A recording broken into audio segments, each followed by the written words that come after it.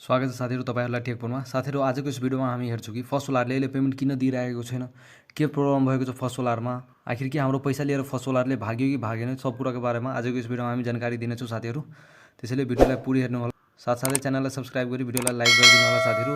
अहिले तपाई हेर्न सक्नुहुन्छ मैले फर्स्ट सोलरको एप्स खोलेको छु र म अब तपाईलाई विथड्रो एकाउन्टमा लगेर हेराउने छु।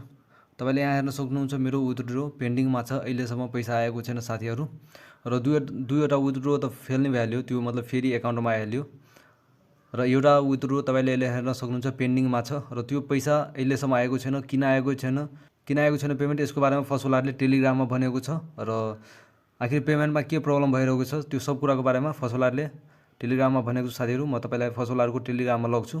साथीहरु यो फर्स्ट सोलरको टेलिग्राम हो र यसले 947 मा एउटा पोस्ट गरेको छ र भनेको छ due to the upgrade of banking system, मतलब बैंकिङ सिस्टमलाई अपग्रेड गरिरहेको छ। It is now necessary to upgrade the withdraw channel.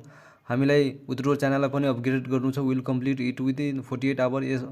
हामी यसलाई 48 आवरमा कम्प्लिट गर्छौं र the withdraw function will be fix within 48 hour. Withdraw function 48 घण्टा भित्रमा फेरि हुनेछ।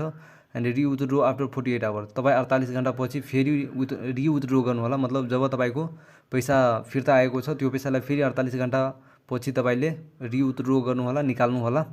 यो कुरा चाहिँ फर्स्ट सोलरले भनेको छ साथीहरु। अब कुरा गरौँ कि अहिले फर्स्ट सोलरमा इन्भेस्ट गर्नु ठीक हो कि होइन। मेरो विचारमा साथीहरु अहिले फर्स्ट सोलरमा इन्भेस्ट गर्नु ठीक होइन। धेरै नै रिस्क लिनु हो साथीहरु, आफ्नो पैसा डुबाउनु बराबरको छ साथीहरु। त्यसैले अहिले पैसा फर्स्ट सोलरमा नइन्भेस्ट गर्नु साथीहरु।